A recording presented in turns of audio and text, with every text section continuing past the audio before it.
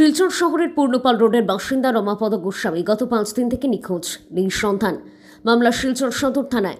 শুক্রবার শিলচর পূর্ণপাল রোডে নিখোঁজ রমাপদ গোস্বামীর পরিবারের লোকেরা জানান, গত সোমবার সকালে ঘর থেকে বেরিয়ে রমাপদ গোস্বামী চিড়াঘাটের উদ্দেশ্যে রওনা দেন, কিন্তু চিড়াঘাট থেকে আর ঘরে ফিরে আসেননি। রমাপদ গোস্বামী ঘরে ফিরে আসেননি দেখে পরিবারের লোকেরা ওনার সঙ্গে থাকা মোবাইলে ফোন করেন। ফোন করার পর ওনার মোবাইল সুইচ অফ ছিল। তখন পরিবারের লোকেরা অনেক খোঁজাখুঁজি করেন। খোঁজাখুঁজি করার পর রমাপদ গোস্বামীর কোনো সন্ধান না পেয়ে চিন্তায় পড়ে যান পরিবারের লোকেরা। তখন সঙ্গে সঙ্গে নিখোঁজ হওয়া রমাপদ গোস্বামীর পরিবারের লোকেরা অসহায় অবস্থায় শিলচর সদর থানায় গিয়ে একটি নিখোঁজ মামলা দায়ের করেন। নিখোঁজ মামলা দায়ের করার 4 দিন অতিক্রম হয়ে যাওয়ার পরেও কোনো ধরনের সন্ধান পাওয়া যায়নি রমাপদ গোস্বামীর বলে জানান পরিবারের লোকেরা। সংবাদ মাধ্যমের মধ্যে দিয়ে নিখোঁজ রমাপদ গোস্বামীর ছেলে ও স্ত্রী জনগণের কাছে আবেদন করেন, যদি কোনো সুবিধা ব্যক্তি রমাপদ গোস্বামীর সন্ধান পান তাহলে পরিবারের সঙ্গে যোগাযোগ করার জন্য নাম্বার হলো 7637916356 অথবা 9707753811। ব্যুরো রিপোর্ট, নিউজ আমিকল। আমার বাবা রমাপদ গোস্বামী, শিলচর পূর্ণপাল রোড, বিলপার এরিয়া। আজকে 5 দিন হয়ে গেছে। গত সোমবার 31 তারিখ থেকে তাই গড় হয়ে গেছিল জিরিঘাট একটা কাজে যাইতা।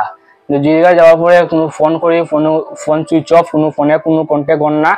আজকে 5 দিন হয়ে গেছে, তার কোনো খোঁজ খবর হয় না। তারপরে আমরা মঙ্গলবার গিয়া থানাত গিয়ে একটা এফআইআর দিছি। এফআইআর দেওয়ার পরে শিলচর সদর থানা, শিলচর দেওয়ার পরে তারা কইছে আমরা একটা দিন সময় দাও, আমরা খোঁজ খবর লই।